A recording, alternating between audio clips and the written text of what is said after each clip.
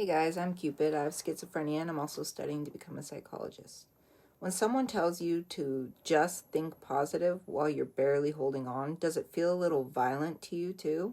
If your mind feels like a haunted house, good vibes only can sound like shut up and smile to the parts of you that are screaming. You're not dramatic. That pressure to be endlessly upbeat while you're in agony, that's called spiritual bypassing. Spiritual bypassing is when we use love, light, and affirmations to erase pain instead of listening to it as sacred information. If you've been labeled too sensitive, too much, or unstable, I want you to hear this. Your intensity is not a defect.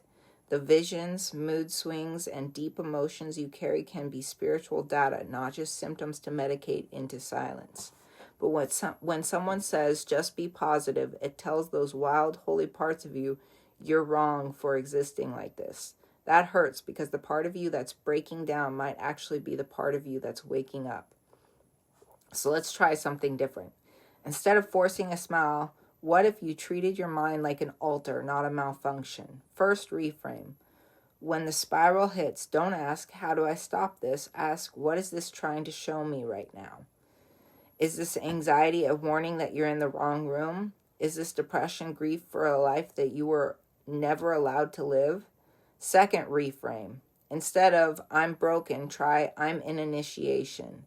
What if this episode is training you to hold more truth?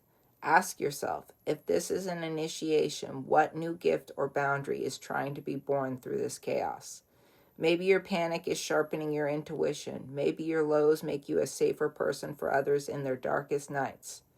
Third, reframe. Instead of think positive, try I can sit with this feeling for 30 seconds without judging or fixing it.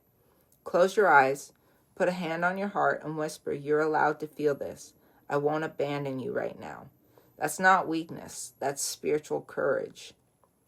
Holding space for your shadow without rushing to put glitter on it. Because here's the thing. Light that refuses to touch darkness isn't really light. It's just glare. Real healing is messy. It's sobbing on the bathroom floor and still knowing your soul is not an accident. It's taking your diagnosis in one hand and your destiny in the other and saying, these get to be in the same story. So next time someone throws good vibes only at your grief, remember, your darkness is not a PR problem. It's a doorway, and you are the only one who knows what's on the other side. If you're brave enough to walk through it, if your mind feels like a portal, not a problem, start asking portal type questions. Not why can't you be normal? Try what part of me is knocking right now? What memory is surfacing? What truth have I been too scared to say? Sit with whatever comes up. You don't have to like it. You just have to be willing to listen without shoving it away. That's how you turn a breakdown into a briefing from your soul instead of another reason to hate your own brain. You're not here to be perfect, positive robot. You're here to be a fully alive, flawed, mystical human. Your diagnosis, your weirdness, your sensitivity, all of it can be part of your spiritual technology, not your shame. If this resonates, it's probably because some part of you has always known your mind is more oracle than error message. Let that part lead. Let it rewrite the story from I'm cursed into I'm carrying a gift I'm still learning to hold. If you want more spaces where mental illness is treated as a strange, sacred gift instead of a life sentence, stay close. Follow or subscribe so you don't miss the next deep dive, and hit the bell so these reminders find you on your hardest days. And in the comments, tell me, what phrase do you want to hear instead of just think positive? I'm reading every single one. All right, let's pull a card for the day.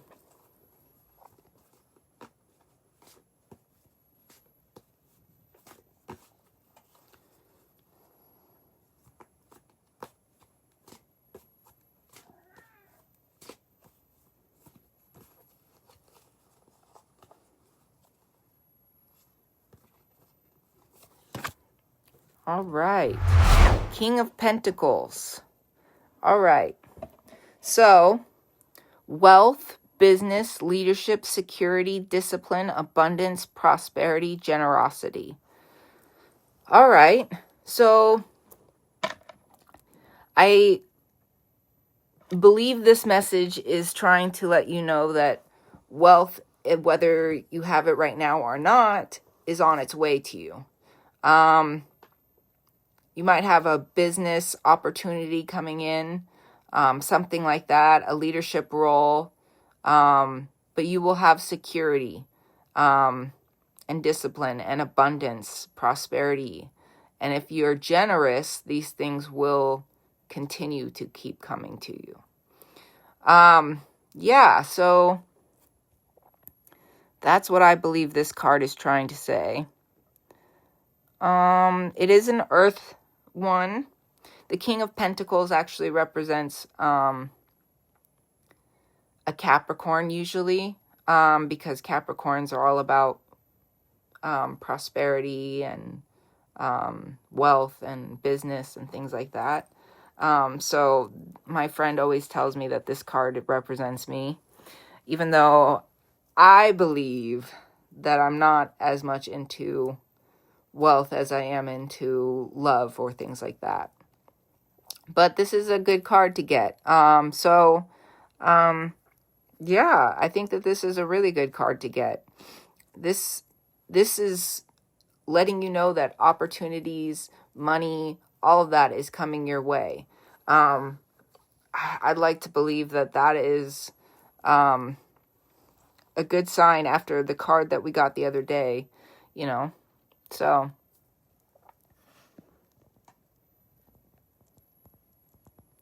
all right.